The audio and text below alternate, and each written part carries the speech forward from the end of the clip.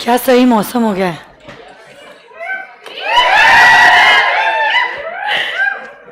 पढ़ाई करो, पढ़ाई करने के लिए कह रही हूँ।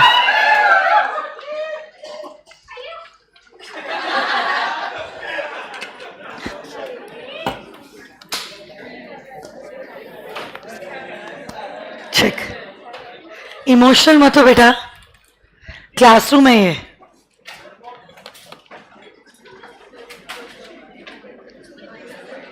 ये ठीक नहीं हुआ क्या? अच्छा,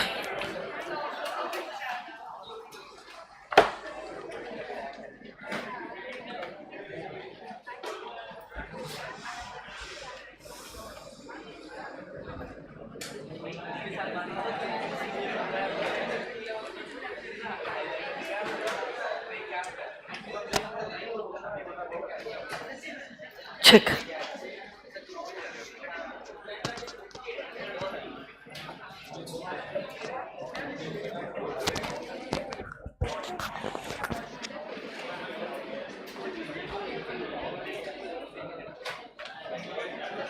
Yes. Come on, guys.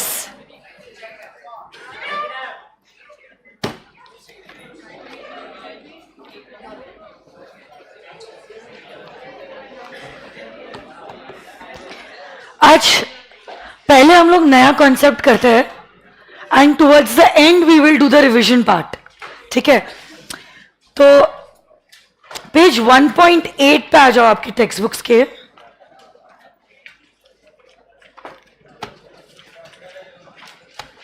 वहां पे आपको एक कॉन्सेप्ट नजर आ रहा होगा, structure of the Indian judicial system. आ जाइए वहां पे।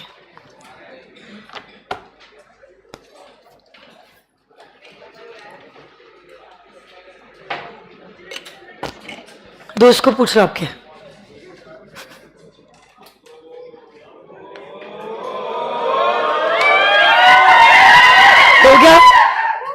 हो गया तुम लोगों का चिल्ला के? नहीं तो एक काम करो, 5 मिनट जितना चिल्लाना चिल्ला लो, फिर मैं पढ़ाती हूँ। चिल्ला लो, फिर मैं पढ़ाना चालू कर।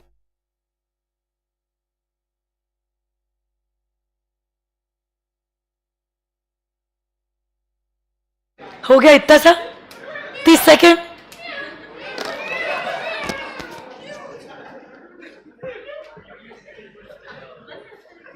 बस, नहीं तो कर लो। और मैं रुकी हूं इधर, आपके लिए रुकी हूं। चिल्ला लो, चिल्ला लो, मन भर के चिल्ला लो। एक बार कॉन्सेप्ट चालू किया उसके बाद कोई कुछ नहीं बोलेगा, फिर चिल्ला लो। वेट कर लेते इन लोगों के लिए। और किसी को गाय, बकरी, भैंस, गधा, गधे तो सॉरी और कुछ बनना है?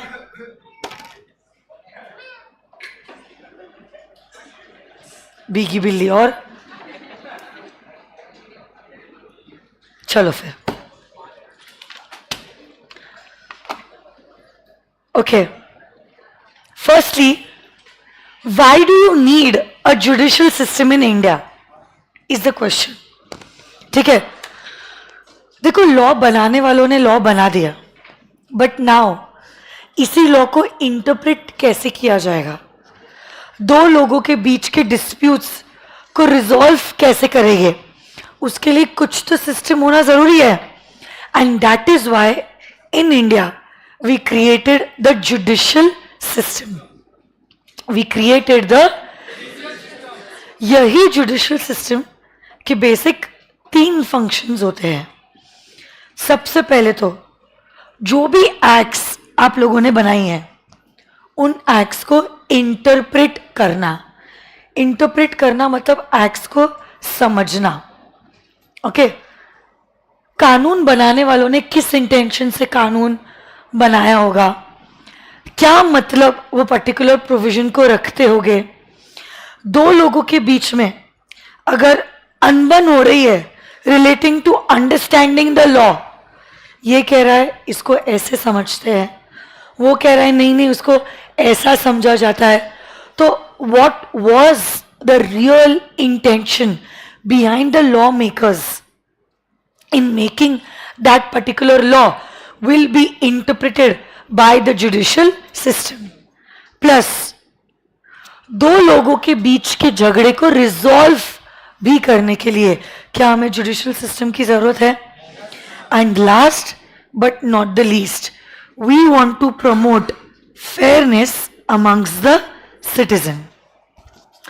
कुछ लोग गलत कर रहे हैं और फायदा भी उठा रहे हैं, और दूसरे लोग कुछ नहीं कर पा रहे. ऐसा तो होना नहीं चाहिए सोसाइटी में. अगर किसी ने गलत किया है, उस पर्सन को गलत की सजा भी मिलनी चाहिए. तो ये चीजें कहाँ होती है?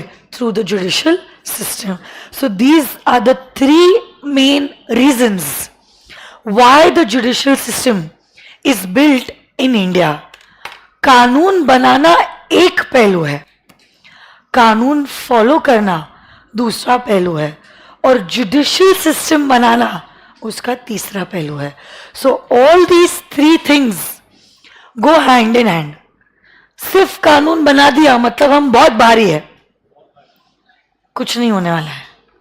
ठीक है, उसको फॉलो किया जा रहा है या नहीं, ये देखना इक्वली इंपॉर्टेंट है. और जो लोग फॉलो नहीं कर रहे हैं उनको सजा देना वो भी इक्वली इंपॉर्टेंट है. जैसे मोटर व्हीकल्स एक्ट बन गया, लोगों को एक्ट से डर नहीं लगता है. ठीक है, किससे डर लगता है? हाँ एग्जैक्टली वही वो बात है. तो इनकम टैक्स एक्ट से हमको डर नहीं लगता है, इनकम टैक्स डिपार्टमेंट से और ऑफिसर से हमको डर लगता है. आपके लिए क्या, ऐसे तो बहुत एक्ट्स आए, बहुत एक्ट चले गए, बट आप भी तभी कॉशियस होते हो जब रास्ते पे मामू रहता है, तभी सिग्नल फॉलो होता है, तभी फटाफट सीट बेल्ट लगाया जाता है, तभी बाकी सारे स्पीड और बाकी सारे rules and regulations, one way है, यू टर्न है, वो सारी चीजें फॉलो होती है. अदरवाइज अपना अच्छा रास्ता. अरे हाँ है ना. वैसे ही इनकम टैक्स का भी होता है. इनकम टैक्स एक्ट से लोगों को लेना देना नहीं है, बट इनकम टैक्स ऑफिसर्स और इनकम टैक्स डिपार्टमेंट से लोगों को डर लगता है. तो एक्ट बना दिया, इंडियन जनता को कुछ फर्क नहीं पड़ेगा, अपन बहुत भारी है. ठीक है, अपने को फर्क किससे पड़ता है? जो लोग इसको फॉलो करवाने के लिए लगाए गए हैं. सो उसका इम्प्लीमेंटेशन इज इंपॉर्टेंट. बट देखो, इन लोगों को हमने लगा दिया, मामू को लगा दिया, हमने डिपार्टमेंट को लगा दिया इनकम टैक्स, बट इनसे भी हमको क्यों डर लगता है? क्योंकि इन्हीं लोगों के द्वारा हमको पनिशमेंट दी जाती है. कल जाके मामू पकड़ेगा, सिर्फ बोलेगा दो बार सॉरी लिख दे, 3 बार सॉरी लिख ले, फिर चले जा. क्या आपको कुछ खास फर्क पड़ेगा?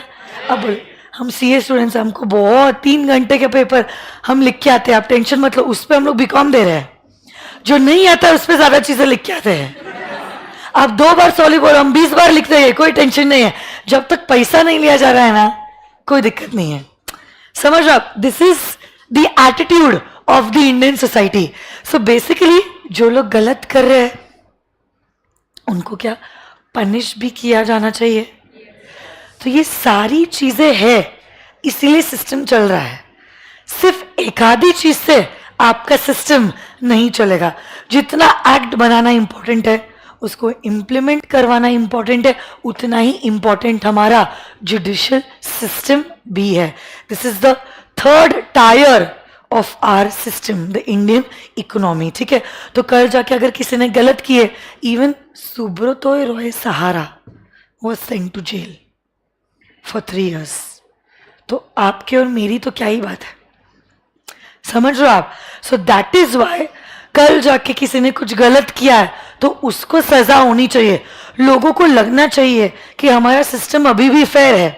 कोई बड़ा, कोई छोटा, कोई लड़का, कोई लड़की, कोई बच्चा, कोई बूढ़ा, ऐसा इनजस्टिस हमारा सिस्टम नहीं कर रहा है. And the system is promoting fairness among all the citizens of India.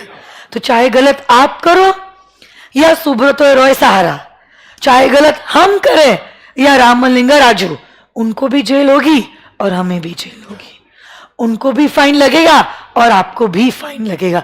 This is the way we are trying to promote fairness among the Indian citizens. So these are the three functions of the Indian judicial system. वापस से बता सकते हो कौन से तीन functions है? Interpretation of acts और dispute resolution and third promotion of fairness among the. तो अब ये जो झगड़े हैं ये किन के बीच में होते हैं? यूजुअली झगड़े होते हैं between the citizens, between the, sometimes it could also be between the citizen and the government. तो जरूरी नहीं है कि दो लोग या दो कॉर्पोरेट्स के बीच में झगड़े हो रहे हैं, कभी कभार गवर्नमेंट और सिटीजन के बीच में भी झगड़ा हो सकता है. कल ही मैंने आपको वोडाफोन का एग्जाम्पल दिया था. वोडाफोन की लड़ाई कोई दूसरी कंपनी या इंसान से नहीं थी, वोडाफोन की लड़ाई इनकम टैक्स डिपार्टमेंट के साथ थी. तो ये भी डिस्प्यूट्स का रेजोल्यूशन कहां पे होता है? Through the judicial system. So these disputes are resolve by the judiciary system. वापस से बिगड़ देखे बोलो तो मुझे, the three functions of the Indian judicial system. बारिश की आवाज है क्या? बोलो. First, interpretation of acts. Second, दो लोगों के बीच के झगड़े को रिजॉल्व करना, जिसको क्या कहते हैं? Dispute resolution. And third, promotion of fairness among the. क्या झगड़े दो सिटीजन्स के बीच में हो सकते हैं? क्या सिटीजन और गवर्नमेंट के बीच में भी हो सकते हैं? जो भी झगड़ा है, इसी झगड़े को रिजॉल्व करने के लिए क्या आप जुडिशियल सिस्टम में जाओगे और डिस्प्यूट को करोगे रिजॉल्व? हाँ या ना? इतना लिख लो फिर आगे बढ़ते.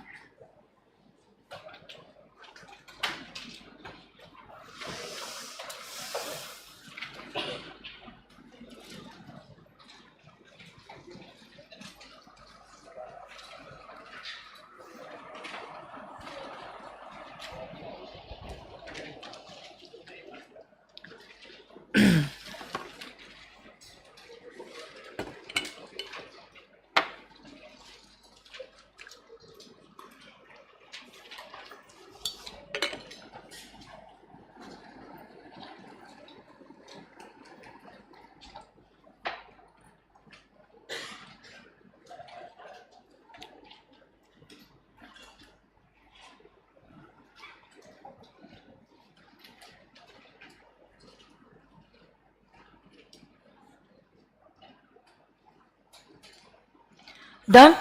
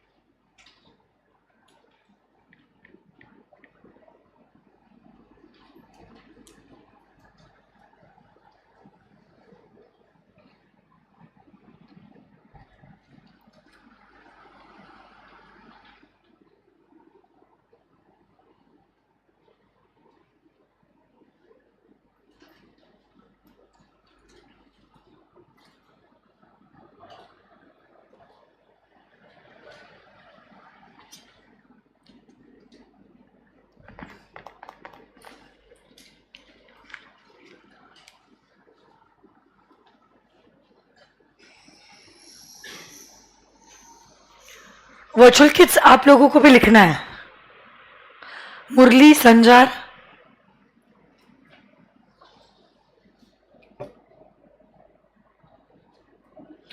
चलो जल्दी जल्दी लिखो.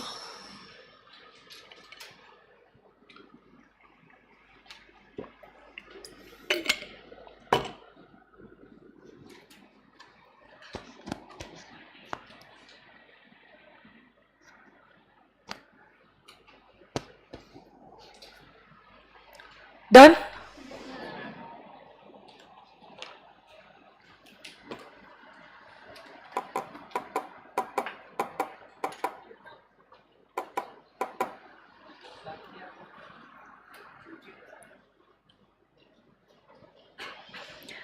तो देखो,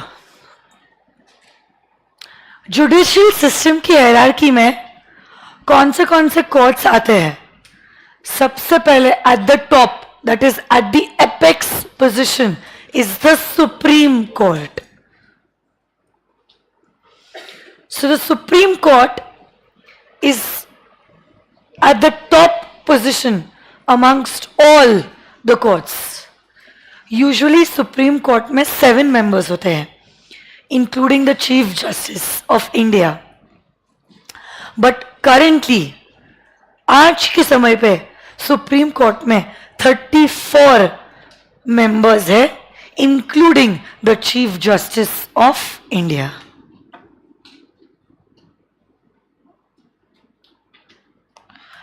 और सुप्रीम कोर्ट में अगर आपको केस फाइल करना है, you can file a case and seek relief in the supreme court by filing a petition under article 32. Article 32 of the Indian constitution.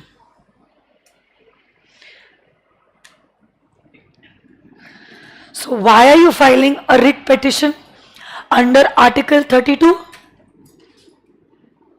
For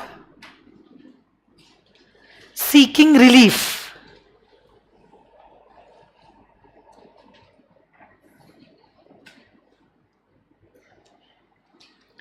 in the Supreme Court.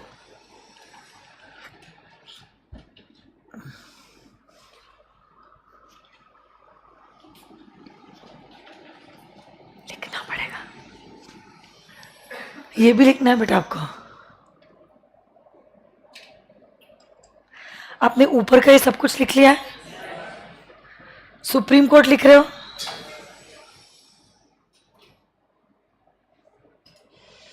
Supreme court कहां situated है?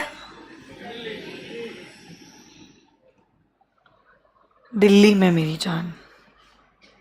ये दिल्ली है. ये गाना नहीं पता आपको? मज़क्कली मज़क्कली.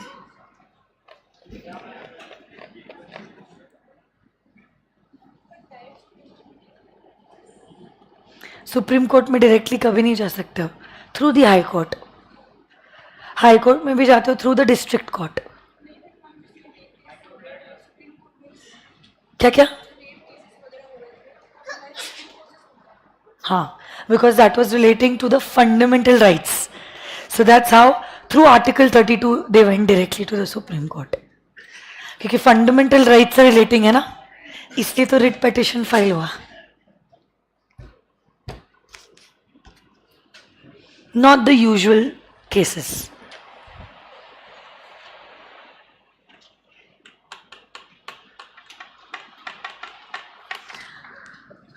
Virtual students,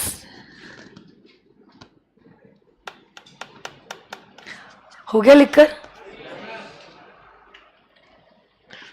hierarchy में सुप्रीम कोर्ट के नीचे कौन सा कोर्ट होता है? High court. Of course it is the highest court of appeal. It is the highest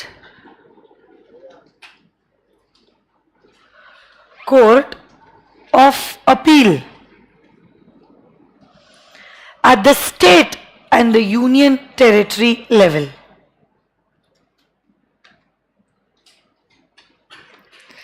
India में कितने हाई कोर्ट है? 25. आप बोलोगे मैम हर स्टेट में एक हाई कोर्ट होता है. कुछ स्टेट्स का एक कॉमन हाई कोर्ट होता है. जैसे कि नॉर्थ ईस्ट में वो 7 सिस्टर्स है, नागालैंड वगैरह वगैरह, वहां पे they are sharing a single high court. ऐसे तो ऐसे कुछ यूनियन टेरिटरीज, कुछ state, they share a common high court. क्योंकि इतने केसेस वहां होते ही नहीं है, टेरिटरी भी छोटी है, इतना केस अगर बनता ही नहीं है, इतने कोर्ट्स की जरूरत ही नहीं है.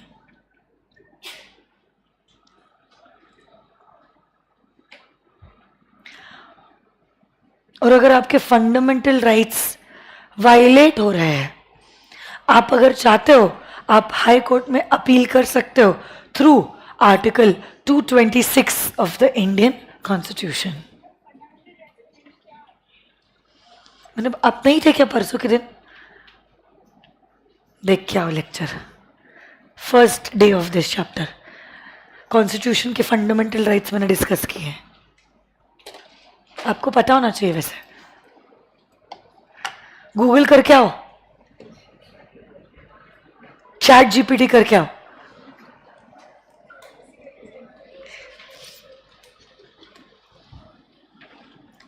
Oldest high court in India is the Calcutta high court. Okay, Calcutta बोलते थे उसको।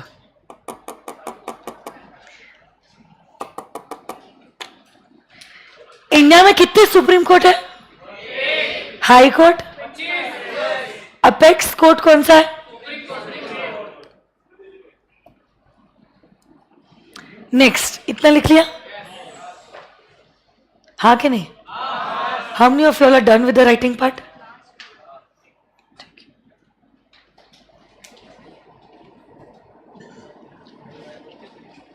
Next is the high court.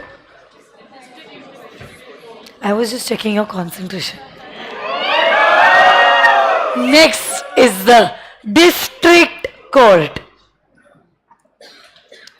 So below the high court is the district court. Below the high court is the, usually the district court deals with civil matters. Generally, there is one district court in every district. Generally.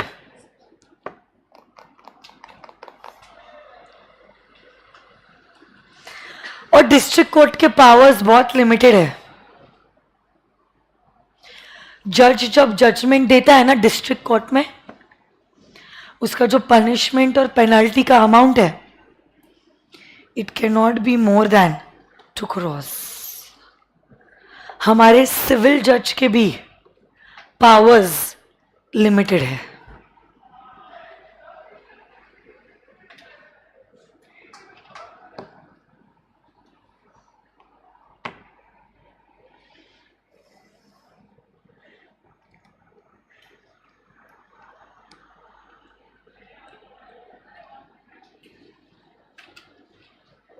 District court, is it below or above the high court? Below. It usually deals in which? Civil matters. और जो district court का जज होता है, the civil judge, if he is giving a decision, जो penalty compensation का amount वो decision में ऑर्डर कर रहा है, it can not be more than 2 crores.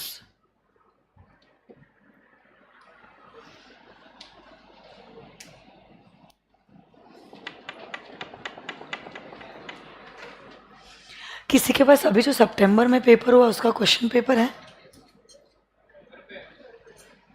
यहां पे किसी के पास अभी है? दो ना.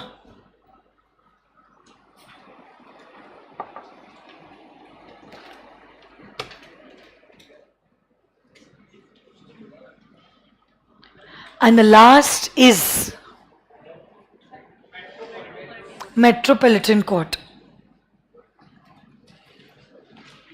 So metropolitan courts are established in those cities. जहां मेट्रो है. वाह, एक नंबर, तुच्छ भारी. इन मेट्रोपॉलिटन सिटीज जहां पे पॉपुलेशन इज 10 लाख या उससे ज्यादा. ऐसे तो 9 ऑफिशियली डिक्लेयर्ड मेट्रो सिटीज है. पुणे, दिल्ली, मुंबई, बैंगलोर, हैदराबाद, कोलकाता, चेन्नई. और इन सिटीज में मेट्रोपॉलिटन कोर्ट्स है, बट इन सिटीज में इतने पेंडिंग केसेस है, इतनी तारीख पे तारीख मिलती है कि भले ही 9 सिटीज है, इन 9 सिटीज में 24 मेट्रोपॉलिटन कोड्स है।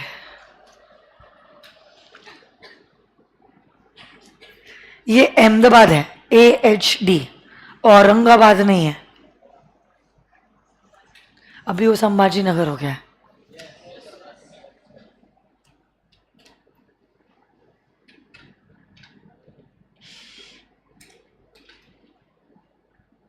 लिख लिया? क्यों?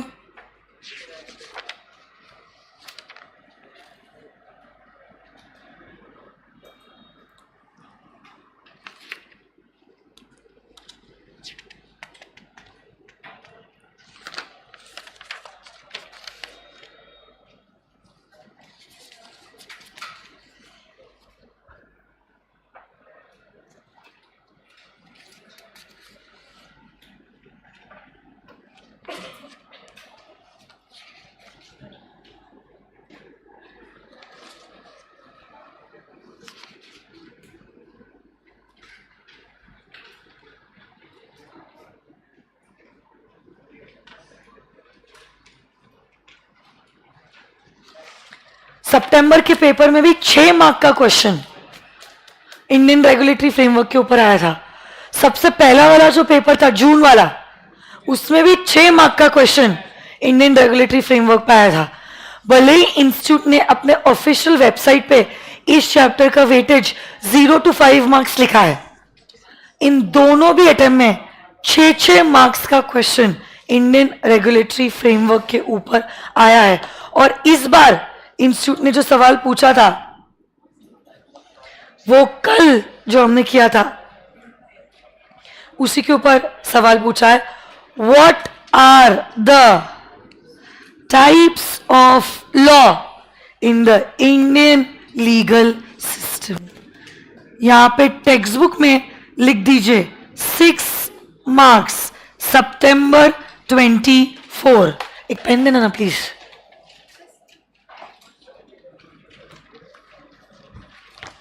जून में किसके ऊपर आया था?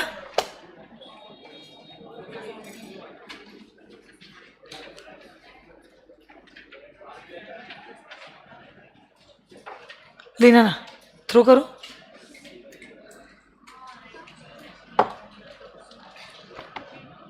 मतलब सुनो ना, ये कल आपने जो लिखा था ये सब civil law, criminal law, common law and the principles of natural justice, ये 4 points with all these 2, 3 sentences will give 6 marks into your pocket. जून का पेपर है आपके पास? किसी के पास है जून का paper?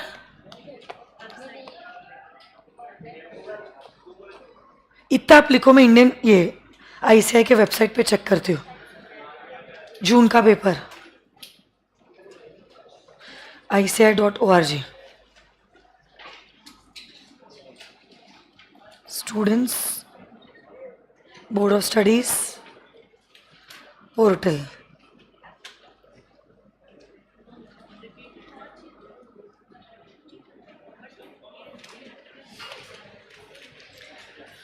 Previous year question papers, foundation law, जून का पेपर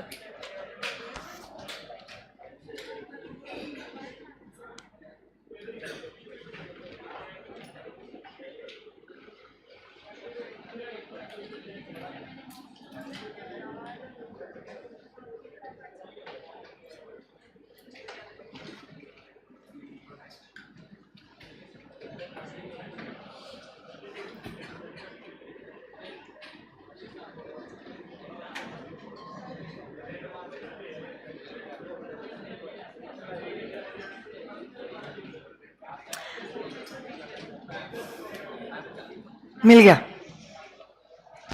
मिल गया, मिल गया। वो कॉन्सेप्ट अभी तक मैंने पढ़ाया नहीं है जिसके ऊपर जून में एग्जाम में क्वेश्चन पूछा है। ये बीच का जो बचा है ना हमारा, ये कल हमने रीड नहीं किया था क्या? ये सब नहीं किया कल रीड हुआ था या नहीं? कल रीडिंग हुआ था।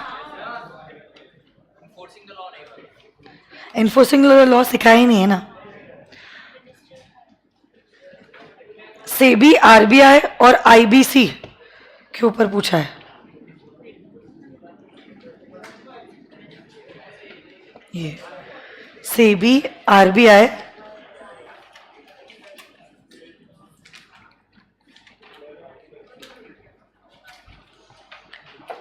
और आईबीसी, इंडियन बैंक्रप्सी कोड का, Indian insolvency bankruptcy board of India.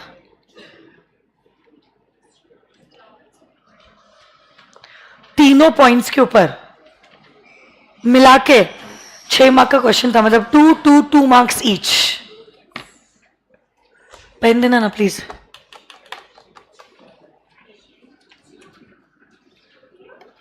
इसमें मार्क कर लेते हैं।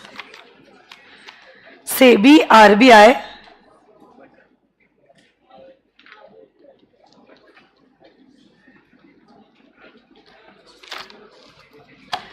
और insolvency and bankruptcy board of India.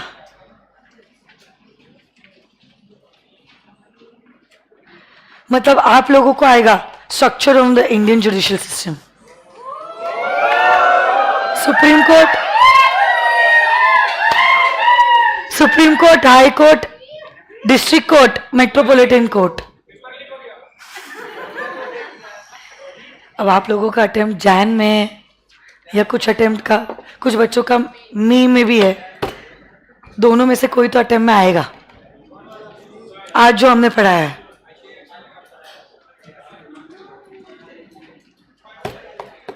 चलो टेक्स्ट बुक्स पे आ जाओ, रीड करते हैं फिर आगे बढ़ते हैं।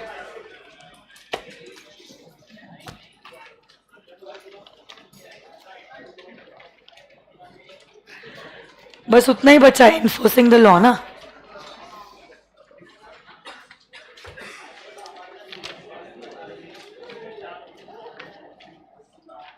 बाकी तो हो ही गया ना हमारा।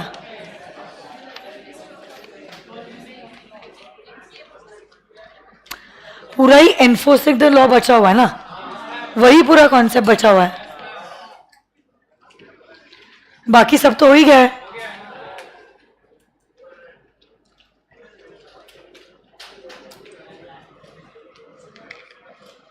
क्या कहता है ये कॉन्सेप्ट, चेक इट आउट।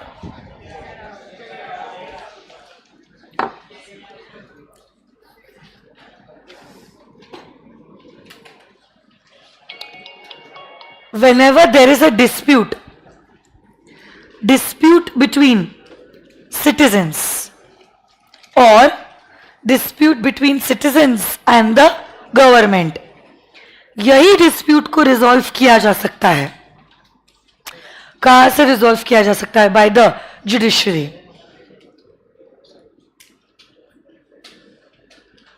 तो क्या फंक्शंस है जुडिशरी के? देखो 3 फंक्शंस है, बिगर देके बोल सकते हो। Interpretation of acts, dispute resolution, promotion of fairness amongst the citizens. Courts की हायरार्की है। हायरार्की मतलब अगर ऐसा हायरार्की वाइज देखा गया, सबसे टॉप पे सुप्रीम कोर्ट, फिर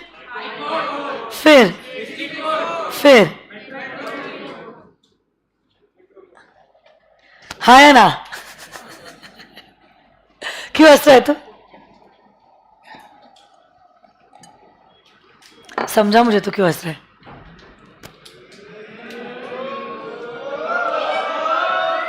तुमको क्या समझा कि मेरे को समझा कि उसको क्या समझा?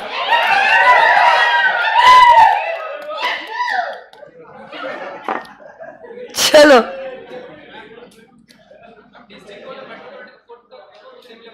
सेम लेवल पे होगा, ठीक है, ऐसे भी कर सकते हैं। क्योंकि एक्चुअली मेट्रो सिटीज पे मेट्रोपॉलिटन कोर्ट्स होता है, नहीं तो फिर डिस्ट्रिक्ट कोर्ट होता है।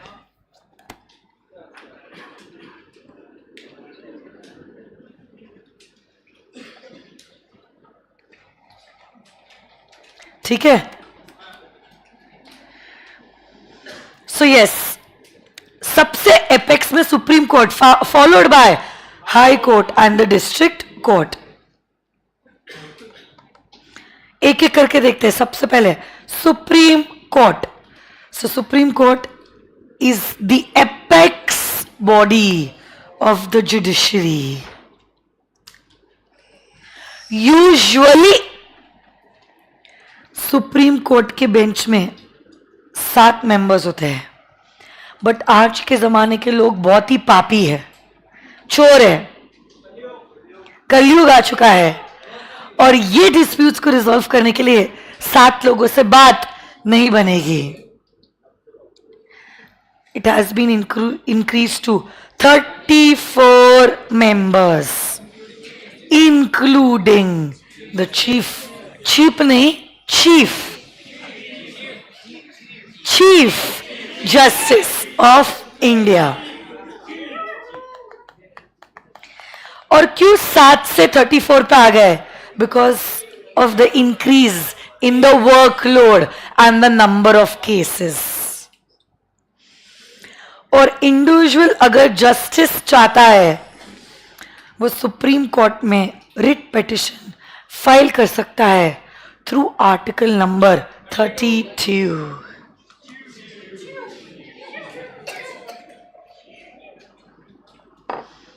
Next, high court.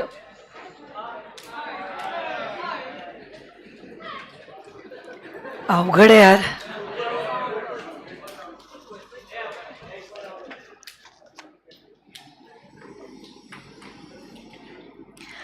The highest court of appeal in each state and union territory is the High Court.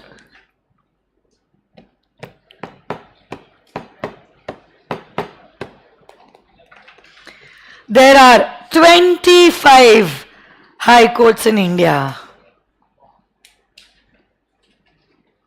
Usually one for each state and union territory. But वो जो हमारी 6 बहनें हैं north east, they have one single high court. और आप अगर remedy सीख करना चाहते हो हाई कोर्ट में, you can do this by filing a writ petition under article 226.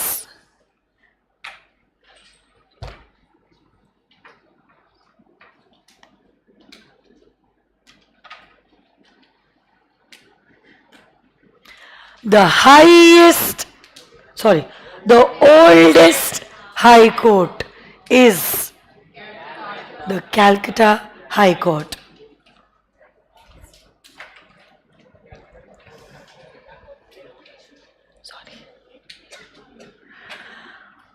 Fundamental rights अगर आपके वायलेट हो रहे हैं, तो जो आप रिटन एप्लीकेशन कोर्ट में लेके जाते हो to get your rights, it is known as a writ petition.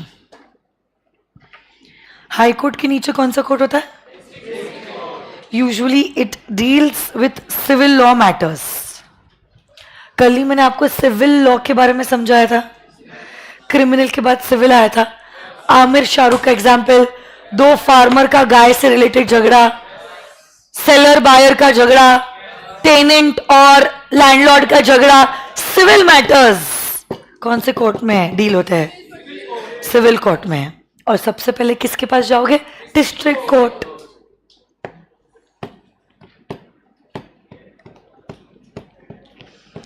Civil जज अगर डिसीजन दे रहा है, उसका कॉम्पेंसेशन, पेनल्टी का अमाउंट कितने करोड़ से ज्यादा नहीं होगा. ये सारे फिगर्स लर्न करने पड़ेगा. You have no other option, at least for this chapter. It's all civics. 8th, 9th, 10th में जैसे लर्न किया था, एग्जाम में लिख के आए थे, वही करना पड़ेगा बस.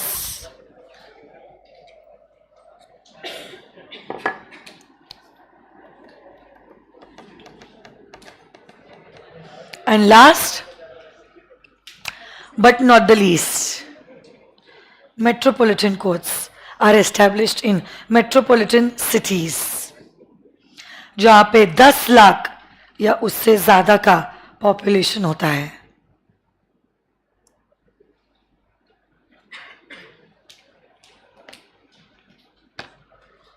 Okay.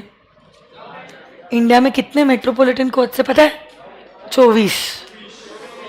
24 coach in these 9 metro cities. 9 नहीं है. हो गया, ज़्यादा.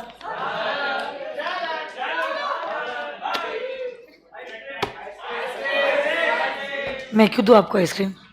क्रेजी हो.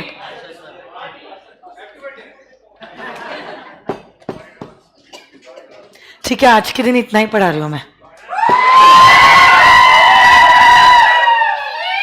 आज कुछ आपका मुंह ठीक नहीं लग रहा है.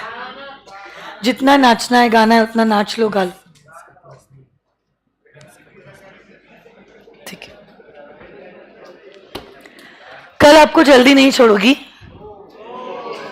और आज आपका मैथ्स का क्लास भी नहीं है.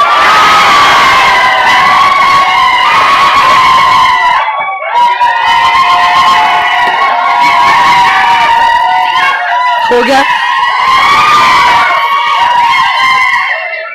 अब क्लास, एक मिनट.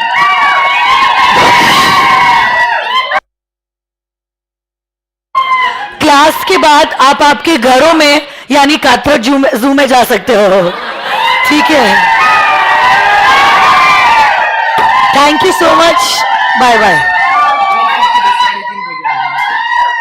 गुरुकुल की बस रास्ते में है. 15-20 मिनट्स लगेंगे, तो तब तक प्लीज वेट कर लेना. कहाँ आ रही है बस? इधर ही नीचे आ रही है.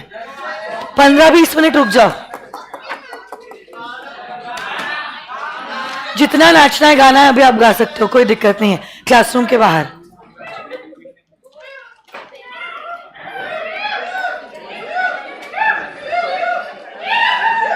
कहाँ से आते हैं ये लोग?